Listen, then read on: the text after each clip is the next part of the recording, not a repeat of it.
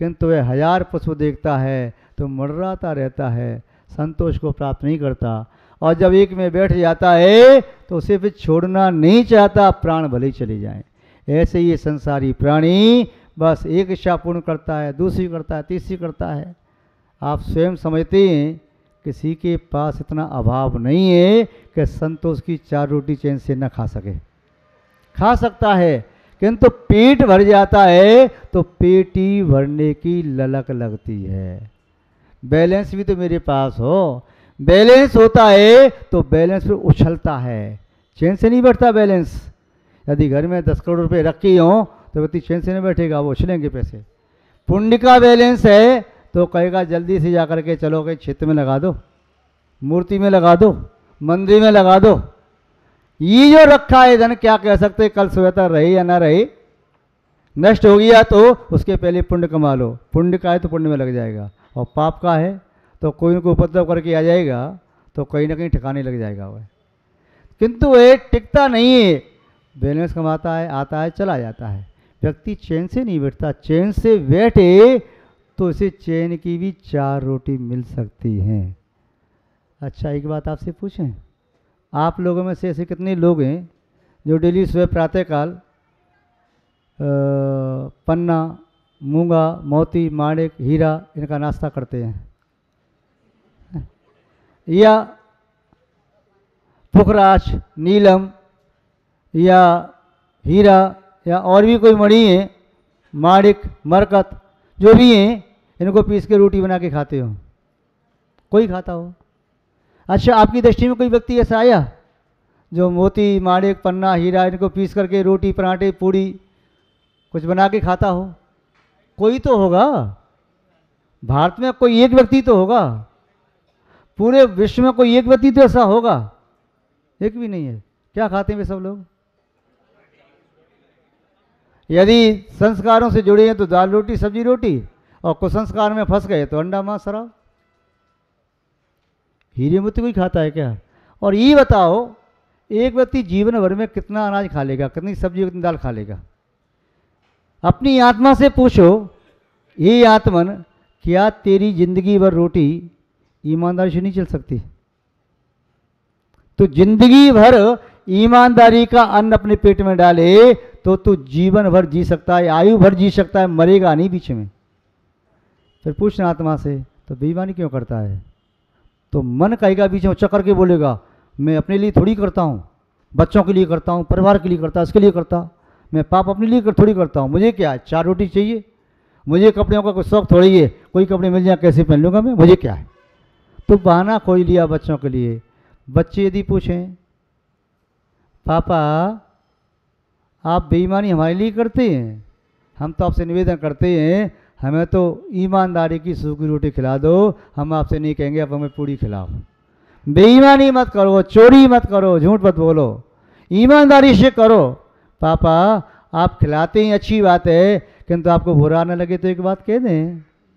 हाँ बेटा क्या कहना है?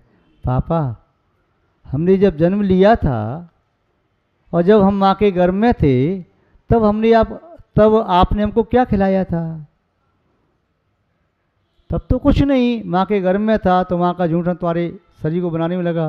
पापा जब हमारा जन्म हो गया था 2, 4, 6 महीने साल भर तक हम रहे, तब आपने हमें क्या खिलाया?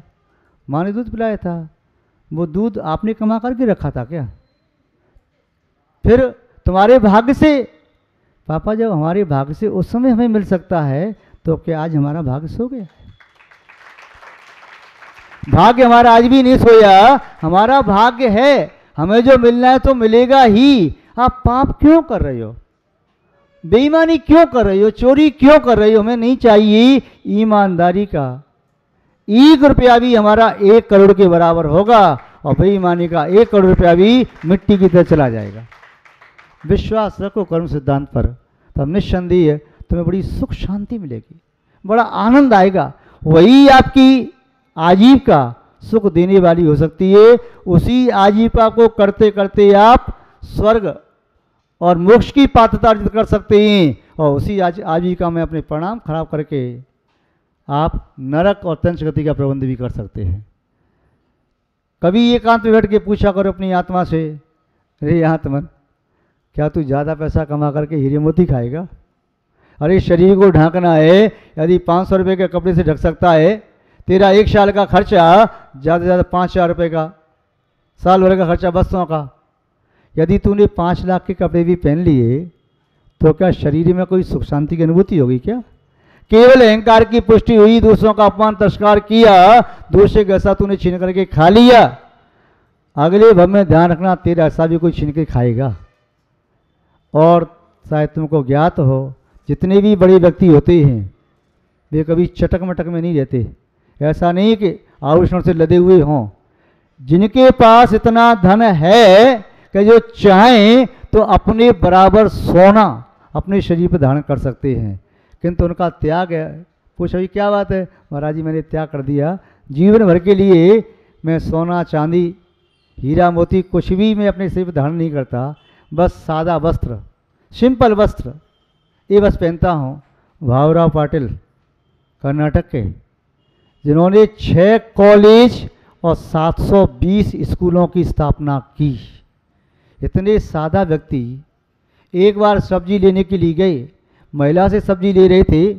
सब्जी लेते समय उन्होंने महिला के बाजू में बैठा बच्चा था, उसे पूछा ये कौन सी क्लास में पढ़ता है? महिला की आंखों में आंसू आ गए, कहने लगी इसको पढ़ाने की बात तो दूर, हम तो इसका पेट भरना ही बहुत बड़ी बात है, हम सब्जी बेच करके अपना परिवार पाल रही हैं। अरे बालक कैसे पढ़ाना चाहिए, इसे कौन पढ़ाएगा? भावराव पाटिल ने कहा मैं पढ़ाऊँगा। वह बालक छोटा था, 6-7 साल का, ले आए साथ में, अपने यहाँ रखा, उसे पढ़ाया। पढ़ करके वह बालक बैरिस्टर बन गया। बैरिस्टर बन गया, अपना मकान बनाया, उसका परिवार अपना सब। अब भावराव पाटिल के प्रति बड़ा कृतज्ञ रहा, वृद्ध हो गए। उस बालक से जो बड़ा हो गया, बैरिस्टर बन गया, कहते भैया मंदिर चलो, तीर्थ क्षेत्र चलो, पुण्य का कार्य करो। वह कहता भैया मेरा पुण्य तो सब यही है। अपने घर में उसने भावराव पाटिल की मूर्ति रख ली थी, कहता था मेरे भगवान तो ये हैं, इसने मुझे जिंदगी दी है। महानुभाव ऐसे ही माणिकचंद पाणा साहब महाराष्ट्र के आचार्य शांत सागर जी महाराज के परम भक्त, वे जब भी विद्यार्थी आते थे, छात्रावास में आते थे, उनको छात्रवृत्ति देते थे, और जो बच्चे अच्छे पढ़ते थे छात्रवृत्ति देते थे, पुरस्कार देते थे, और उन्हें निमंत्रण करके अपने घर भोजन कराते थे। स्वयं अपने हाथों से परोसते, हवा करके भोजन कराते। कहते ये भविष्य के साधु हैं, भविष्य के नेता हैं, भविष्य के विद्वान हैं, भविष्य के समाज सेवक हैं, इनकी सेवा करें, ये अंकुर हैं, कल ये बड़े वृक्ष बनेंगे, इनसे ही हमारे धर्म की शोभा रहेगी, देश की शोभा रहेगी। वो एक बात कहते थे भोजन कराने के उपरांत, बच्चों मैं तुम्हें चांदी का 1 रुपया यदि दक्षिणा में भेंट में दूं तो आप या तो उसे रख लोगे, खर्च नहीं करोगे, या खर्च कर दोगे, किंतु उससे और ज़्यादा कोई बात नहीं रहेगी। हो सकता है कोई बालक 10-20 साल तक जीवन में याद भी रखे, किंतु मैं उससे बड़ी चीज़ आपको देना चाहता हूँ। 3 चीज़ जीवन में याद रखना।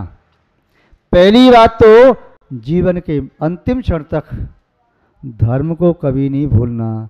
जो धर्म हमारी आत्मा को परमात्मा बनाने वाला है, जिस धर्म की अनुमोदना करके आप यहाँ तक पहुँच गए, मनुष्य बने, जैन कुल में जन्म लिया, उस धर्म को कभी नहीं भूलना। चाहे अपना शरीर भी देना पड़े, किंतु अपने धर्म को नहीं दे देना, अपने धर्म को नहीं खोना। दूसरी बात, समाज की तुमसे बहुत अपेक्षाएं हैं। जब तुम कुछ पद प्राप्त करो, योग्य बन जाओ, तो समाज के साथ विनम्रता से सेवा करने का भाव रखना। हाथ जोड़ करके समाज के प्रति अत्याचार नहीं करना, समाज का अपमान नहीं करना। समाज समाज होती है, पंच परमेश्वर होते हैं। जो पंचों की बात न माने तो वह समझो उसने भगवान का अपमान कर दिया, भगवान का तिरस्कार कर दिया। तीसरी बात कहते थे कि जिस देश में हमने जन्म लिया है, जिसकी माटी से हमारा शरीर बना है, जिसके अन्न पानी से हमारा शरीर वृद्धि को प्राप्त हो रहा है, उस देश के प्रति सदैव निष्ठावान रहना। ये 3 बातें कहते थे। महानुभाव निस्संदेह बड़े व्यक्तियों की प्रवृत्ति बड़ी अलग ही होती है। कभी भी ये नहीं कहते थे कि बड़े व्यक्ति बन जाओ, तुम मजिस्ट्रेट बन जाओ तो भूल नहीं जाना, कोई हमारा केस आए तो ध्यान रखना। ये नहीं कहते नेता बन जाओ तो हमें भूल नहीं जाना, हमें ध्यान रखना। या साधु बन जाओ, तुम्हारे घर आरकंडी चौका में आना जरूर, ऐसा नहीं कहते थे। वो कहते 3 काम करना, धर्म को नहीं भूलना, समाज सेवा को नहीं भूलना और राष्ट्र के प्रति निष्ठा को नहीं भूलना। तो महानुभाव ऐसे व्यक्ति भी हैं, किंतु उन्होंने जो कुछ भी कमाया केवल अपने लिए 2000 रुपये महीने या 200 रुपये महीने या 500 रुपये महीने या आज के ज़माने के तो 20,000 रुपये महीने, इतना लिया बस मेरी गृहस्थी का गुजारा इतने से चल जाएगा, सादा जीवन उच्चार, शेष जो कमाते हैं सब पूरा पूरा दान में करना। आज भी विश्व में बड़ी बड़ी कंपनियां हैं, हजारों करोड़ का दान धर्मार्थ कर रही हैं। वे खोजती हैं किस व्यक्ति को आवश्यकता है, पढ़ाने के लिए दे रही हैं, औषधि के लिए दे रही हैं, अस्पताल आदि खोदने के लिए खूब सहयोग कर रही हैं, जिनके पास पैसा है। आज व्यक्ति की सोच बदली है। बड़ी व्यक्ति जो वर्ल्ड में टॉप हैं, प्रथम द्वितीय तृतीय स्थान पर आते हैं, वे अपने फंड में से परमार्थ के कार्य में लगे हैं। 70% उनकी इनकम जो है परमार्थ के लिए, किसी किसी की तो 95% जो इनकम है, जो शुद्ध इनकम आ रही है परमार्थ के लिए। छोटा व्यक्ति सोचता है कि जो मैंने कमाया वह तो मेरा रही, बेईमानी से दूसरे के साथ और छीन लूँ मैं। तो ये सोच बड़े व्यक्ति की नहीं होती, जो बड़े की होती है सोच छोटे की नहीं होती। सोने में सोने के गुण पाए जाते हैं और मिट्टी में मिट्टी गुण पाए जाते हैं। सोने को ज़्यादा तपा दो तो निखर जाता है और मिट्टी को ज़्यादा तपा दो तो जल जाती है, राख बन जाती है। तो जो छोटा व्यक्ति है, जीवन में कोई भी प्रतिकूलता आ जाए तो राख बन जाता है, प्रतिकूलता सहन नहीं कर पाता, जीवन लीला समाप्त कर लेता है। और बड़ा व्यक्ति जितनी भी प्रतिकूलता आती जाती है, जितनी प्रतिकूलता आती है, निखरता जाता है।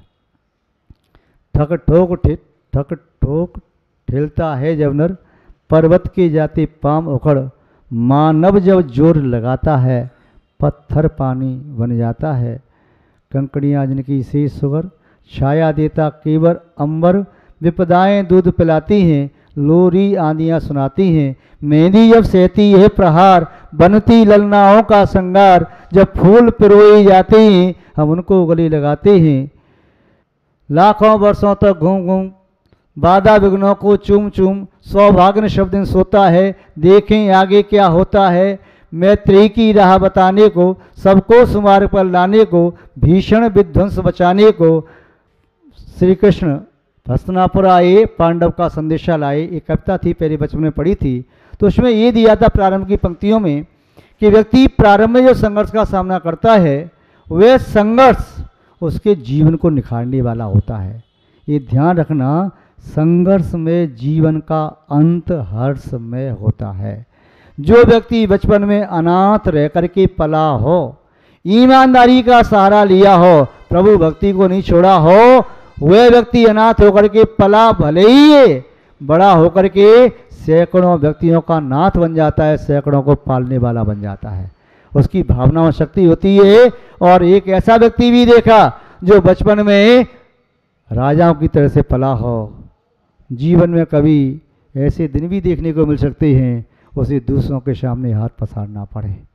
यह जीवन कोई शाश्वत नहीं है, इसमें तो सूर्य सुबह उगता है, शाम को ढल जाता है। ऐसे ही पुण्य का सूर्य कब उदय में आए और कब ढल जाए कुछ नहीं कह सकते। इसलिए पापों से बचो, बुराइयों से बचो, बेईमानी से बचो, अनीति से बचो, अत्याचारों से बचो। सत्य के साथ खड़े रहो, सत्य के साथ खड़े रहो, निर्भीक रहो। सत्य को ऐसी कोई अग्नि नहीं है जो सत्य को जला दे, दुनिया में ऐसी कोई शक्ति नहीं है जो सत्य को नष्ट कर दे। सत्य को संघर्ष का सामना करना पड़ता है। कई बार ऐसा होता है, असत्य सिंहासन पर बैठा दिखाई देता है और सत्य सूली पर लटकता दिखाई देता है, किंतु फिर भी उसको सूली लगती नहीं है, फांसी लगती नहीं है। फांसी के तख्ते से उतर के आकर के सिंहासन तो उसी का होता है जो सत्य के साथ रहता है। और सिंहासन पर सत्य बैठी भी जाए तो राजा बसु की तरह से रसातल में चला जाता है। असत्य शाश्वत नहीं रहता। तो महानुभाव, जीवन में ये चीज़ें ग्रहण करने लायक हैं। अपने जीवन की वृत्ति को सुधारो, प्रवृत्ति को सुधारो, प्रकृति को सुधारो, अपनी क्रिया, चर्या, आचरण, वचन, व्यवहार, मन के विचार, इन सब का संशोधन करते जाओ। यदि आपको पानी मिल गया है, पर्याप्त साबुन मिल गया है, तो तुम सोचते हो कपड़े गंदे हैं, फ्री का पानी फ्री का साबुन धो लो, क्या बात है। तो ऐसे ही आज तुम्हें मौका मिल गया है, फ्री का साबुन और फ्री का पानी मिल रहा है, तो अपने मन को धो लो, मन की मैल धो लो, वचनों को शुद्ध कर लो। और शरीर तो शुद्ध करते ही हो पानी में ना करके, किंतु उससे शरीर शुद्ध नहीं होता। यह शुद्ध होता है भगवान की पूजा भक्ति पाठ करके, मुनियों को आहार आदि दान दे करके। इस प्रकार अपने योगों को शुद्ध करने का प्रयास करना है। इस श्लोक का अर्थ विस्तार से और आगे बताएंगे।